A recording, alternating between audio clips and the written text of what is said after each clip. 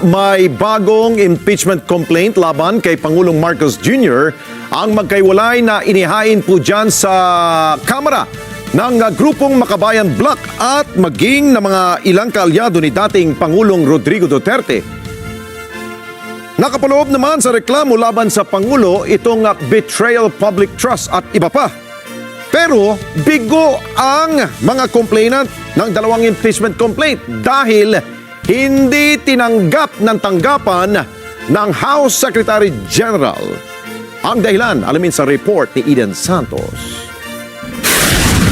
Naghain ng panibagong impeachment complaint sa Kamara laban kay Pangulong Ferdinand Marcos Jr. Pero hindi tinanggap ng Office of the House Secretary General ang ikalawang impeachment complaint ng bagong alyansang Makabayan kasama ang ilang progressive sectoral leaders. Ang dahilan, wala kasi si Secretary General Cheloy Garafil sa bansa na sinasabing tatanggap ng Order of Brilliant Star with Grand Cordon sa Taipei, Taiwan dahil sa kanyang naging kontribusyon sa diplomatic relations ng Pilipinas at Taiwan bilang dating chairperson ng Manila Economic and Cultural Office o MECO. Ang ground ng impeachment complaint laban sa Pangulo ay betrayal of public trust dahil umano sa mga kasalanan nito na may kaugnayan sa flood control projects corruption scandal mula 2022 hanggang 2025.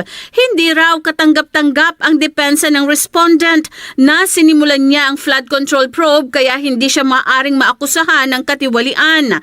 Taliwas ito sa katotohanan na inihanda niya ang budget, gumawa ng budget insertions sa ibabaw ng National Expenditure Program, nilagdaan at ipinatupad ang budget. Dismayado at masama ang loob ng mga complainant at maging ang mga kongresistang endorser ng impeachment complaint.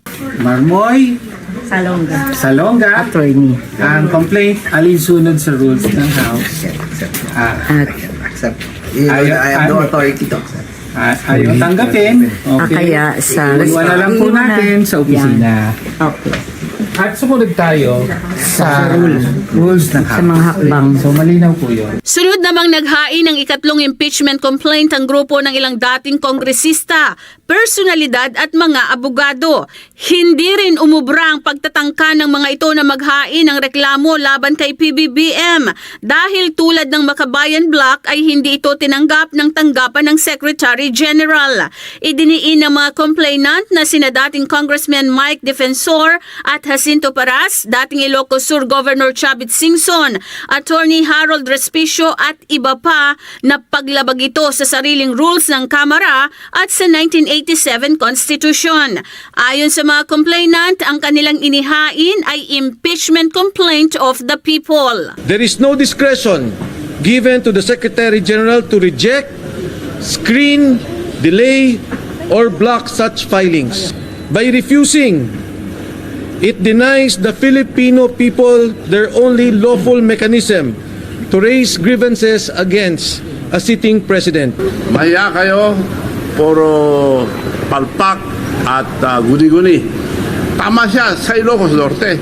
Wala akong makita. Kagaling ko lang doon. Puro palpak at ghost project. Nasa Ilocos Norte, wala probinsya niya. Our impeachment complaint encompasses almost all the grounds except for treason and bribery, I guess. But culpable violation of the Constitution, betrayal of public trust, graft and corruption, high crimes. These are all embodied in our complaint against Marcos. Facing our constitutional duty to file this impeachment to question the betrayal of public trust, culpable violation of the Constitution, and graft and corruption and other high crimes of the incumbent President of the Republic of the Philippines, President Ferdinand R. Marcos Jr. At dahil hindi tinanggap ang reklamo, hindi na rin sumama ang mga kongresista na mag-e-endorse sana sa impeachment complaint. Eden Santos para sa Mata ng Agila. Matatag, matapang, matapat.